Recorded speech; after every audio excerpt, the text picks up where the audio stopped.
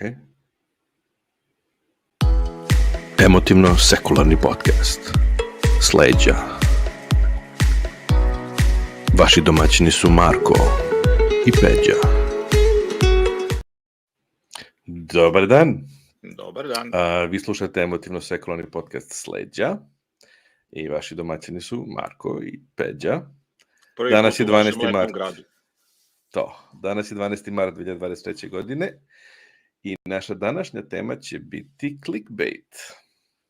Jeste, morali smo sa nečim da krenemo. Tema je prilično aktuelna, već poslednjih sigurno 15-20 godina od kad je internet postao, onako da kažem, vrlo aktivan deo naših života.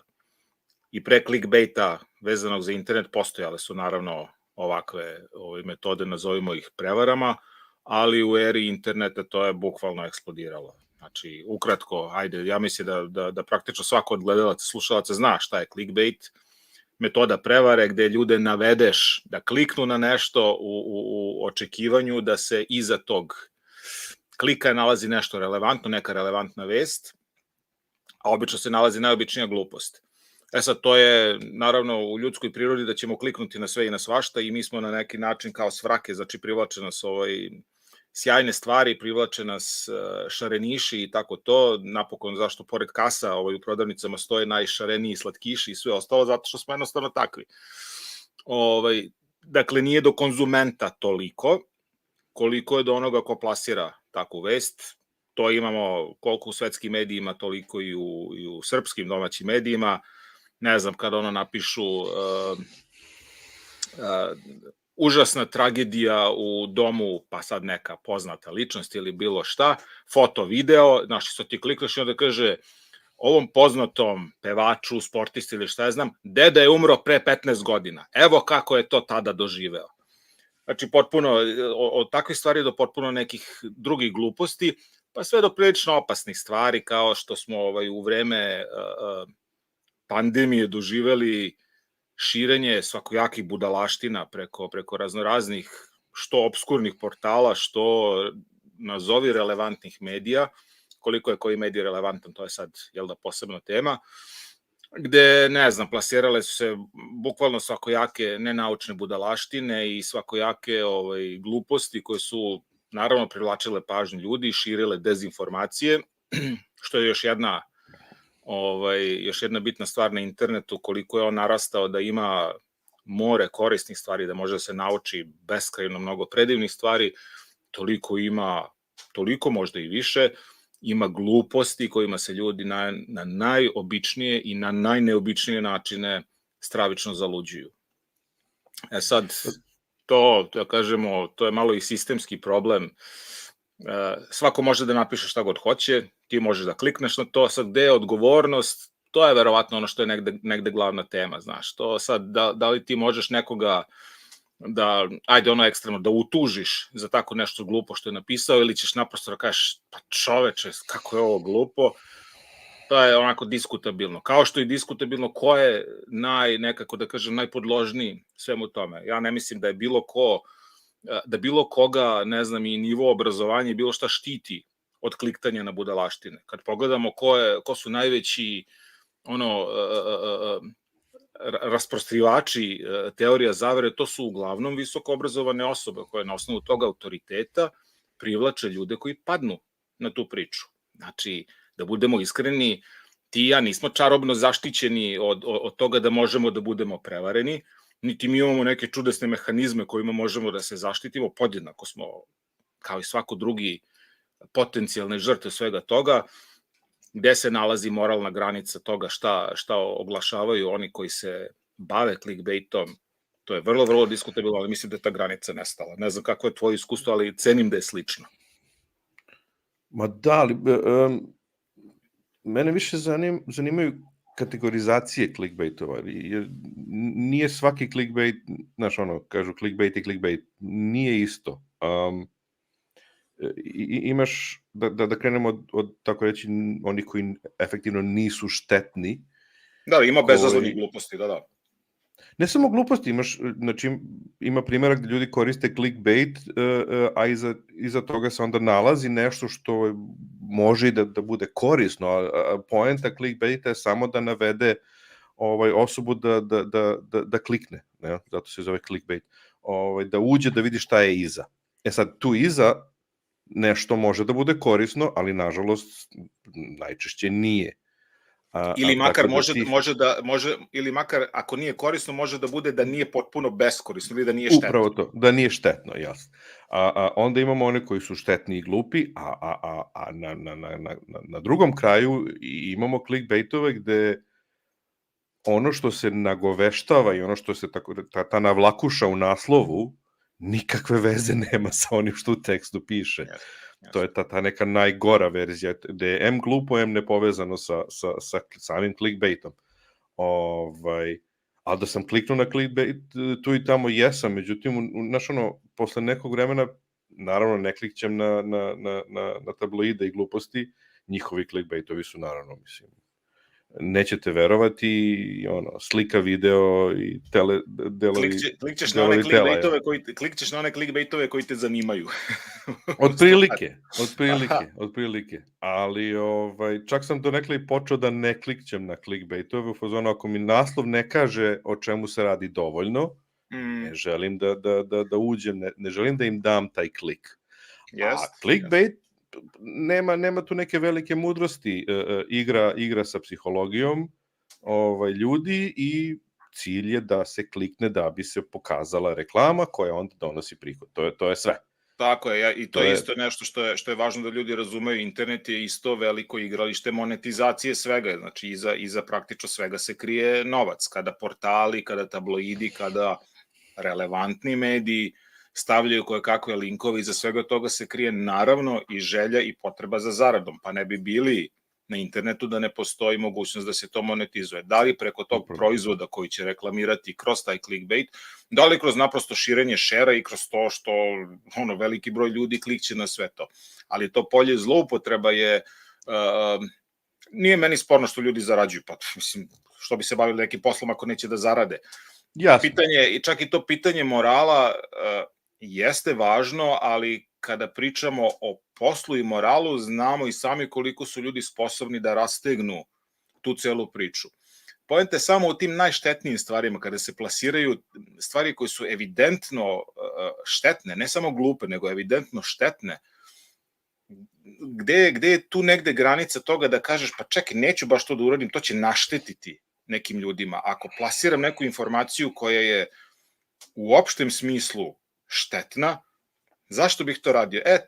To je sad već onaj pipaviji deo priče i tu je, ne mogu reći zakazao zakonodavac, znaš, ne možeš ti da regulišeš bukvalno sve. Ne možeš. Ali postoji jedan veliki, kako bih rekao, nedostatak interesa da se to ipak na neki način reguliše, jer ne može sve da se svede bukvalno kao sloboda medija. Pa nije sloboda medija baš na taj način osmišljena da ti treba da štetiš drugim ljudima. Sloboda medija je sloboda istraživanja, sloboda informisanja. Sad dolazim u skroz drugu temu.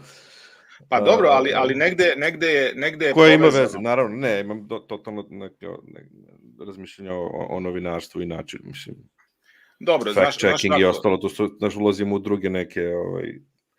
Znaš kako, kad god krenemo u tu priču, svesno ili nesvesno, bez obzira na našu, da kažem, geografsku pozicioniranost trenutno, uglavnom stvari referišemo prema zemlji iz koje smo i prema situaciji koja je tamo takva kakva je, gde je jako malo obično štetnog clickbaita, u smislu kliknućeš nešto pa će ti ponuditi neki teleshop glupi proizvod pa ćeš sad ti kao da klikneš na to.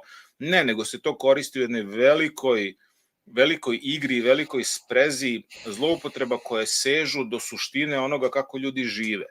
I to je ono što negde... I kako razmišljaju.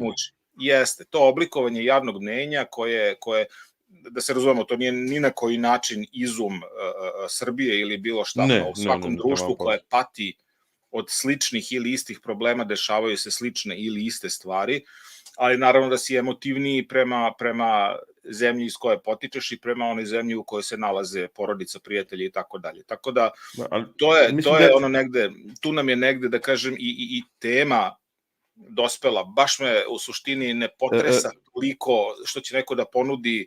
Naravno. Tema je zloupotreba. Tema je... Jest. I to oblikovanje javnog mnenja koje se onda otrgne kontroli, zapravo ne otrgne se našoj kontroli, ono je pod punom kontrolom onoga ko plasira te informacije, ali se otrgne razumu, otrgne se onome što clickbait na nivou ovih realitija i tih katastrofalno beskorisnih, bezvrednih i efektivno štetnih nazovi emisija. Donekle. To je neka potreba, ne znam nekako da nazovem, ali oni su dizajnirani da... To je donekle tako za privlačenje pažnje, ali imaš recimo one vrlo ciljane clickbaitove poput onih naslova koji se ciklično ponavljaju, tipa metodom 3 koverte, Mirko, Pera, Laza, Mila, uspeva da svake godine zaradi, nemam pojma, odnosno da sačuva 5.000 evra ili tako nešto. Znaš, čime se stvara onda neka iluzija, pa živi se sasvim lepo, kao samo se malo organizujte i bez obzira što vam je plata, ne znam, 350 ili 400 evra, pa bez problema ćete 5.000 evra da uštedite godišnje. Sad ti uzmeš to kao, čekaj, 400 puta 12, pa to je manje nego 5.000, ne, kao, mislim, ovo u članku baš pije vodu, znaš, svakog meseca odvaja silne pare, znaš, i kao to pali. Uobličava se javno mnenje na taj neki način gde se stvara ta neka iluzija sjajnog života, znaš, i to je ono što, znaš, ne možeš ti da kažeš štetno u smislu neko će stvarno to da uradi pa sad kao propašće. Ne, neće, ali naprosto je laž. Ono što je meni fascinantno je kontinuacija, nastavljanje, da to i dalje postoji, da ljudi padnu na clickbait iznova i ponovo kliknu clickbait. Zato što je to deo ljudske prirode, znaš, to je deo ljudske prirode. Ti pokušavaš da nađeš, svi mi želimo i sebi i svojim bližnjima i generalno hoćemo da bude nešto dobro, znaš, i onda kad ti to deluje kao neka super optimistična priča, ti ćeš da klikneš kao, pa možda je stvarno tačno, ali nije, znaš, to poverenje. Pa poverenje, znaš, svi se mi kao oslanjamo na to, iskustvo ćete naučiti, to ne može tako. Nije to baš tako apsolutno postavljeno, zato što emocije igraju veliku ulogu u svemu, znaš. Zašto ljudi igraju loto, zašto ljudi igraju greb lutriju, zašto se ljudi pomole, ponadaju ili bilo šta? Pa zato što je ljudski da pomisle, desit će se nešto, možda se krije neka, znaš, izuzetno optimistična, iznenadna sreća u svemu tome. Zato je zloupotreba. Znači, igraju na one najniže porive. Igra na to i pojačava taj... Jeste. I ono što je bitno, i drugi i treći put reći, niko nije zaštićen od svega toga. Niko nije zaštićen. Ta iluzija kao, ma da, znaš, to kao... To samo ovi neobrazovani, znaš, njih možda nije tačno. Prevarit će se svako, znači, bukvalno svako će se prevariti. Tačno. Naravno da postoji gradacija, neki će više, neki će manje, ali da su neki imuni, a neki nisu je, kao što si upravo rekao, potpuno pogrešno, mislim. Ne, to je iluzija. Ti ćeš samo vremenom da naučiš na šta ćeš radije da klikneš, a na šta radije nećeš. I sve se to vezuje za to šta je tvoja, kako bih rekao, omiljena predrasuda, omiljeni bias, ono što čovjek želi da vidi. Ali to je kao u svakom mađioničarskom triku. Ti ćeš videti ono što na kraju krajeva želiš da vidiš. Pa to je i sa clickbaitom. Znači, ti i ja i ne znam još bezbroj drugih ljudi zanemarit će one budalaštine, koristite ovaj mirišljavi uložak za obuću i nemam pojma, to će doneti... Nećete verovati, meni je nećete verovati blog. Čim vidim nećete verovati... Ili slika video sisa, mislim, to je isto. Nosite te uloške i to će izlečiti, nemam pojma, vaše migrene, znaš, i tako neke stvari, na to nećeš. Ne kažu, uvek... Ne, nego klikni pa ćeš videti, kao nećete verovati. nećete, ovaj preparat, pa nazove preparat, leči, pa 3 tačkice, ali ti sad ne znaš šta će da leči. Ili, evo kako će ti izlečiti... To i to, da. Da, kako će ti izlečiti migrenu, nećete verovati čim, ali ne kaže nikad obe komponente obane. I onda najgore iza toga onda stoji neka glupost, mislim. Jeste. To su oni što su u dnu strane, a oni što su pri vrhu strane, što su u glavnim naslovima, sjajne vesti nas čekaju vezano, nemam pojma, za plate. Foto, video. Predsednik, premijerka, onaj, rekao je da radnike čeka neverovatni boljitak. Klik, znaš. I ti onda vidiš da su to neka fenomenalna obećanja koje su ista. Na kraju krajeva nije ni ova vlast to izmislila. To generalno svaka vlast će da vrti tu neku priču. Bitno je samo ono što si rekao, neka vrsta gradacije u svemu tome. Sada se to poprilično nije se otelo kontroli, to je pogrešan izraz, nego je otišlo u ekstrem. Ali to je vođeno zahtevom. Supply and demand. I to je ono što je, znaš, sad postavlja se pitanje šta je uzrok, a šta je posledica. Da li me razumeš? Znači, da li su ljudi uzrok tome da više nemamo emisije kao što su Survivor ili znaš, gomila onih obrazovnih i fenomenalno korisnih emisija koje smo mi imali u trulom komunizmu. Šta je uzrok, da li je bilo neophodno uvek da postoji neka sila odozgo, da kažem, u smislu vlasti, autoriteta, koja to gura i time, tako reći, hrani publiku, narod, ljude, razumeš? Zapravo jeste. Evo ti pogledaj recimo ono što mi nazivamo demokratijom kao, da kažem, vrhunskim civilizacijskim dometom uređenja jednog društva. To je nešto što možemo u ovom sadašnjem obliku da pratimo nekih 70-75 godina unazad ili tako nešto. I onda pomisliš da mimo tog perioda imamo 5000 godina raznoraznih autoritarnih vlasti i kada razmišljaš čak i kroz vizuru prirodnih nauka ili nauke uopšte, shvatit ćeš da i ljudska društva funkcionišu po principu minimuma energije, a minimum energije je da se trudim što manje. Da se trudim što manje zapravo znači delegiraću kompletno odlučivanje tom nekom autoritetu. A ako treba ljudska prava, ako treba da se borimo za nešto drugo, to ide mučno, to ide teško i čim se tako nešto uspostavi, to postaje momentalno vrlo krhko. Dovoljno je da se desi bilo kakva aberacija u sistemu i to može da pukne. Pandemija možda nije mala aberacija u sistemu, ali ona pokazala koliko su i te takozvane zapadne demokratije krhke u tom smislu. Društva nisu se raspala, ali društva su krenula da se krune po tim nekim stubovima koji su ih do tada držali. Mi smo imali na početku tog perioda zemlje razvijenih zapadnih demokratija koje su jedne drugima otimale maske na raznoraznim aerodromima. Postojao je haos. Teoretičari zavere koji su postojali uvek u svakom periodu živnuli su. Pa sad u nekim društvima su bili, da kažem, više opušteni u mainstreamu, u nekim društvima manje.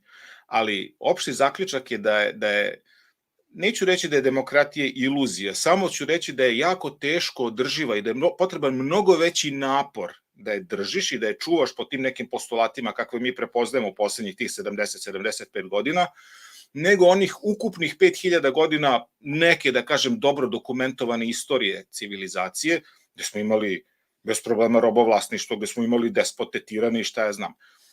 Mnogo je nekako, nažalost, prirodnije stanje da postoji taj neki vođa, lider kome se delegira vrlo voljno, upravljaj ti. Ti bolje verovatno znaš.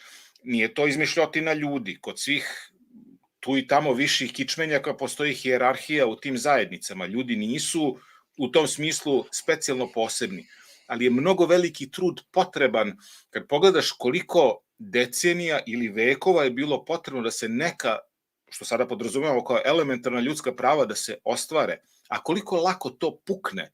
Mi imamo puno autoritarnih režima danas, koje neko ovdje da kaže, ma ne, to bliskoistočna despotija i šta ja znam. Čoveče, imaš ih u Evropi. Znači, nema problema. I vrlo se lako klizne u to. Imaš jedno ono zlatno pravilo da u svim tim demokratskim društvima svaki od tih, odnosno većina tih autoritaraca, sve to su na demokratskim izborima prvi put došli na vlast i to su bili poslednji demokratski izbori koji su se tu desili. Znači, negde u našoj prirodi to da se ide na taj minimum energije, odnosno minimum truda, a stvari će se dešavati. Onda kad se ljudi pitaju, pa dobro, zašto se ljudi više ne bune, više ne trude?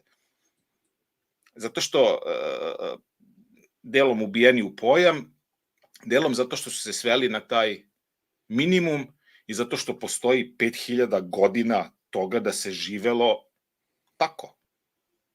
I da je neko upravljao i da je nekome bilo voljno ili nevoljno delegirano da će da vlada. To što mi imamo neku iluziju demokratije, ne znam, izmislili stari Grci, pa i u toj Atini nisu mogli da glasaju žene, bilo je robova i šta ti ja znam.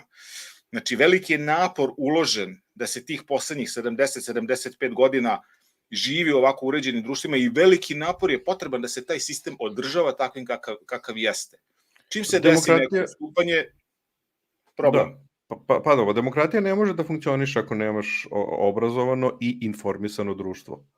A kad pogledaš šta mi imamo, obrazovanje je totalno otišlo, a informisanost vidimo. Ljudi se, nažalost, najviše informišu preko žute štampe, preko tabloida i takvih portala. Bukvalno gluposti i budalaština. Znači, jeste. To je čak otišlo i na mislim, već neko vreme i na javnom servisu. Mislim, i tu je potpuni kraj. Naravno, zato što je za kvalifikovanu informaciju nju je teže protumačiti i teže se uklapa u običajne predrasude ljudi, nego što je neka jednostavna stvar. Jedan od izvornih clickbaitova, koji se naravno tada nije mogao zvati tako, zato što se klesalo po kamenu i tako dalje, su svakako i religijska učenja. Obećavati nešto što će se desiti, dođite kod nas i desit će vam se večni zagrobni život i šta ja znam.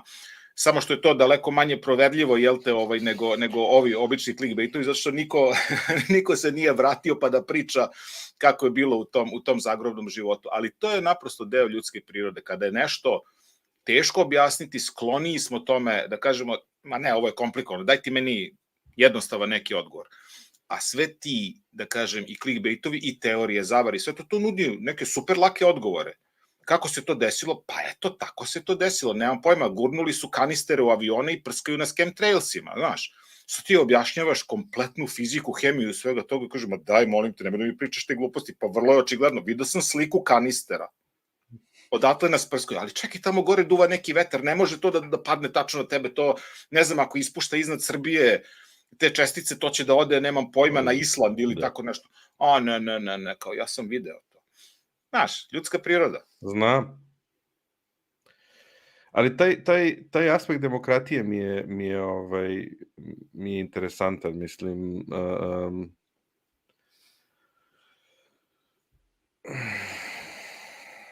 Taj napor. Ne znam gde je to da stane, gde je to kad mislim, složit ćemo se da nije bilo demokratije u naše vreme, jel? Ali opet sadržaj bio daleko kvalitetniji. Ta neka ideja da je potrebno da ljudi budu obrazovani, da budu sposobni kritički da razmišljaju i ta neka ne ideja, ta činjenica da jedino takvo društvo može da napreduje. Zato što ti je to je pitanje da li imaš ono što se zvalo pre 200 ili 300 godina prosvećeni apsolutizam ili ne. Svima nam je jasno da naravno nismo ni mi živjeli u demokratskom društvu i šta ja znam, ali taj apsolutizam tog vremena je bio prosvećen u smislu da je stavljao akcenat na opismenjavanje, na obrazovanje i tako dalje. imaš naravno one apsolutizme koji potpuno idu u drugu krajnost. Neobrazovan narod, neobrazovan ne u smislu samo škole i formalnog obrazovanja, nego držan na niskom nivou informisanosti, ajde možda tako da kažemo, je lakše potčiniti. Upravo. Tako da jako je to međusobno zavisno i jako lako i to skrene u nešto drugo.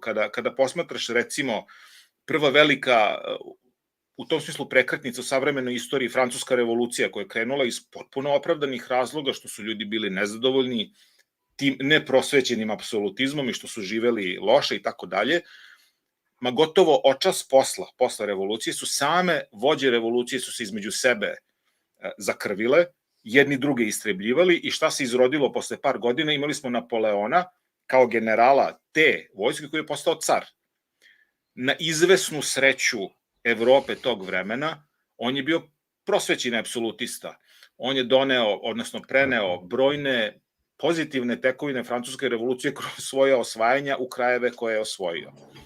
Ima puno primera koji se vezuju za 1920. i 30. gde kažu da je, recimo, Vajmarska Nemačka 20-ih bila jedno od najslobodnijih društava iz one Kajzerove Nemačke, vrlo konzervativne, postala je slobodna.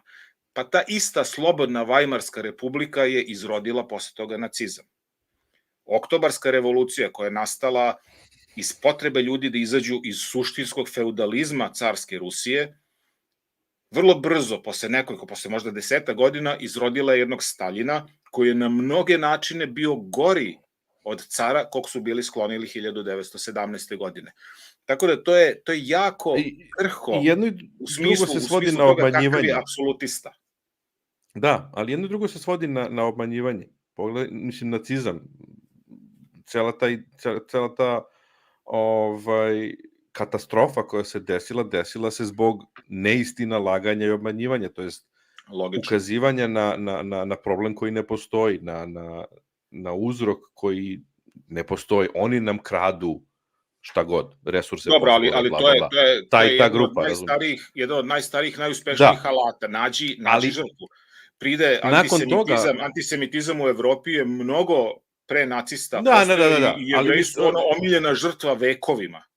Ali, da kažem, nakon obmane dolazi ono što mislim da je interesantno, a to je nerazumevanje demokratije kao takve. Ljudi iz nekog razloga zamišljaju da je demokratija apsolutna vladavina određene većine, to jest da bilo šta ili sve može da se odluči takozvanim mišljenjem većine. A to je jednostavno pogrešno. Demokratija ne sme da predstavlja tiraniju većine. Moraju da postoje kategorije koje nisu dostupne izboru većine. Naprimer, lupiću, ali obrazovni sistem. Ne može većina da odluči da se od sutra predaje astrologija u školama. Astrologija je...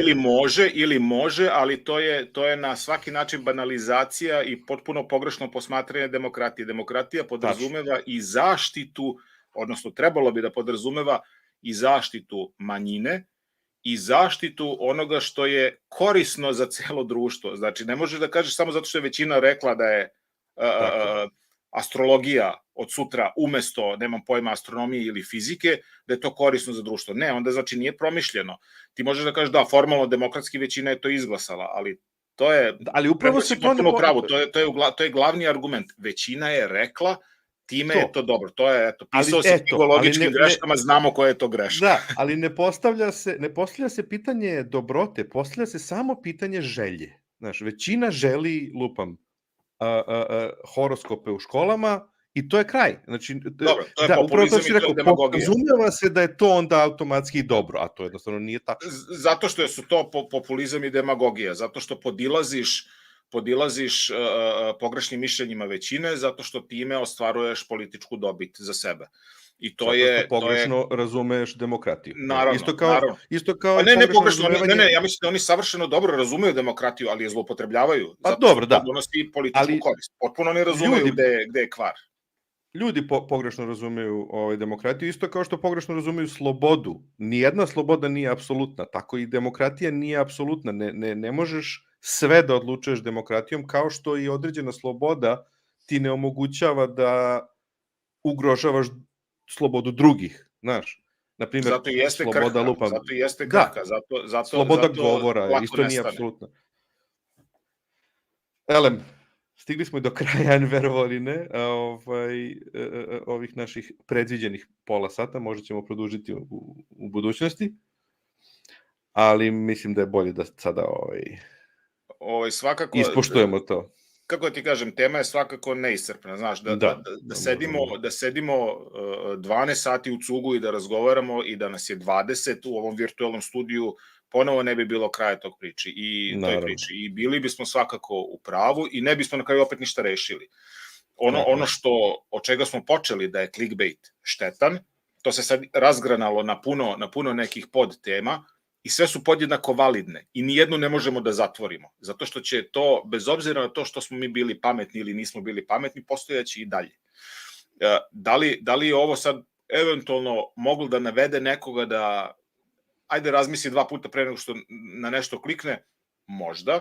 Ne bih pretendovao da je to apsolutno tačno, ali kako da kažem, i ne očekujem da ćemo mi rešavati takve stvari. Mi želimo da pričamo o temama koje vidimo kao važne. Kao što ćemo u nekom trenutku otvoriti pitanje, nismo sad baš neki panel politički, ali pričat ćemo o društvenim mrežama, pričat ćemo o nadrilekarstvu sigurno, pričat ćemo o raznim zloupotrebama, znači o aktuelnim društvenim temama.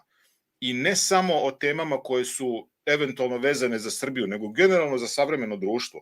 Zato što živimo u savremenom društvu koje je bremenito problemima, pa sad, ako ne možemo da ih sve rešimo i ako ne možemo mnoge da rešimo, bar možemo da pričamo o njima. Tako je. Dakle, slušali ste emotivno-sekularni podcast Sleđa. Mi vas pozdravljamo i želimo da ostatak dana provedete bez malih i velikih ekrana na vazduhu i sa dragim osobama. Tako je. Do slušanja. Ćao.